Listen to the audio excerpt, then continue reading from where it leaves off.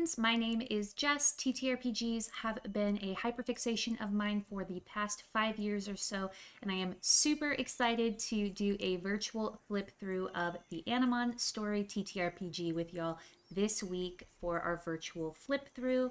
I know that I've already done a YouTube short on Animon Story, but I've since then played in 2 more sessions of this amazing game, and I just want to give it more of the lovin's that it deserves, you know? So anyway, let's dig in. As always, I like to start with the cover art. I think that this cover art is absolutely phenomenal. It really, really makes me want to sing Digimon, Digital Monsters, but I won't out loud anymore, at least. I really feel like I'm falling into the digital world just by looking at the cover. It really brings me back to my early childhood, and it brings me so much joy. Okay, maybe one of the reasons that I'm not singing the Digimon theme song is because Animon Story isn't just a love letter to Digimon in TTRPG form.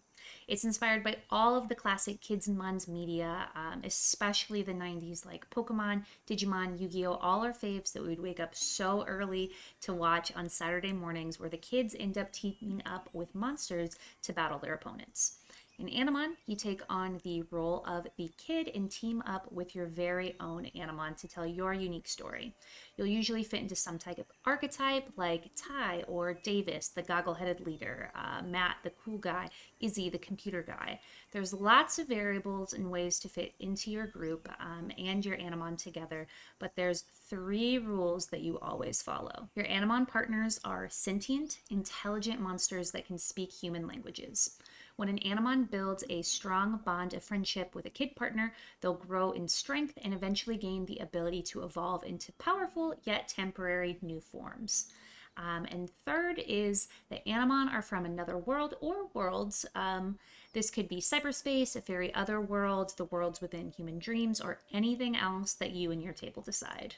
What you need to play is pretty standard, with the biggest, hardest accessory to find being a time where you and your friends can meet for hours at a time to play the game. You'll also want access to dice or a dice roller. The system uses the d6. You're encouraged to take notes. Your GM will thank you.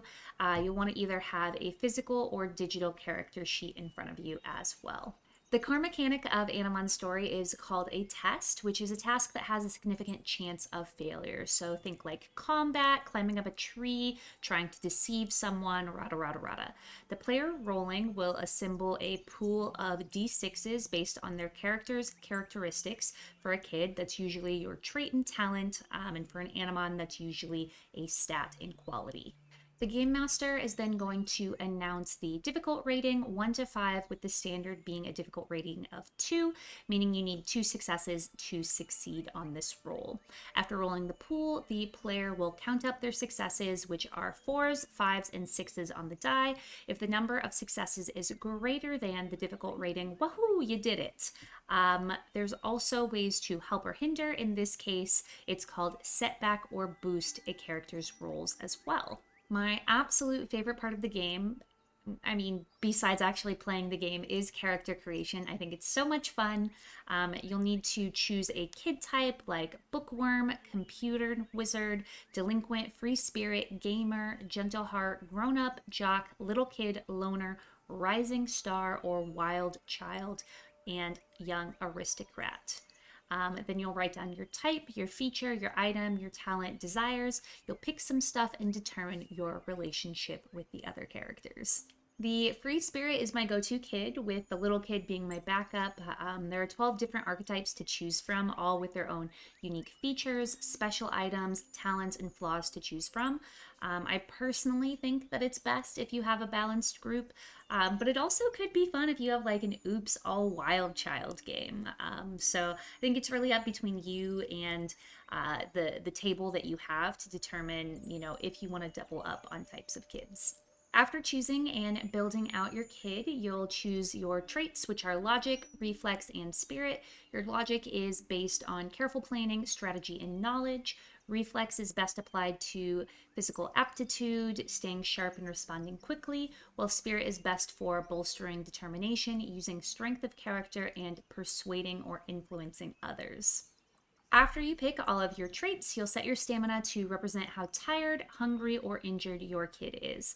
A kid's stamina is based on bond level plus 9, so all kids start at 10 because they have a level 1 bond with their Animon. Then you'll choose a virtue, think like Crest of Hope, Crest of Love, Crest of Friendship, to align your kid with. And after that, you'll choose a name for your kid and start working on your Animon. Okay, so the different evolutions of the Animon are fledgling, basic, super, ultra, and gigamons, and that's to evolve as well as devolve from. The Animon are going to spend most of their time in their basic form, just like we see on the Digimon show.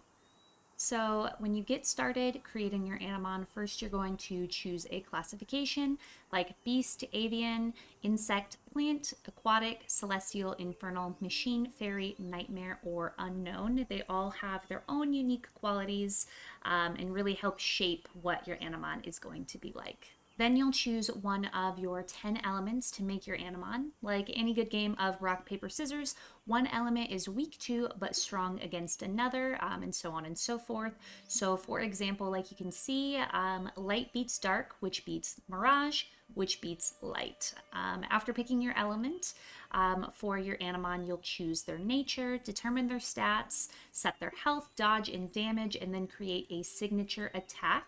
After that, you'll choose a quality, a name, and then your Animon is ready to go. There is a nice little section on evolving and devolving your Animon from the fledgling egg all the way up to the Gigamon. There are tips for getting started with your game, including combat encounters, conditions like being poisoned, boosted, vulnerable, and more. There's so much to explore in Animon Story, and there are so many examples to get you started if you don't know where to start. All in all, I think this is such a fun game, and it really brings me back to my childhood when I was literally sobbing in front of the TV at Angemon's sacrifice for TK, or when Misty left Brock and Ash to go back to her gym. I highly recommend checking out Animon Story. I think you'll have an absolute blast playing it. So, thank you all for checking out this week's TTRPG virtual flip through. I hope you enjoyed, and I hope you end up checking out Animon Story.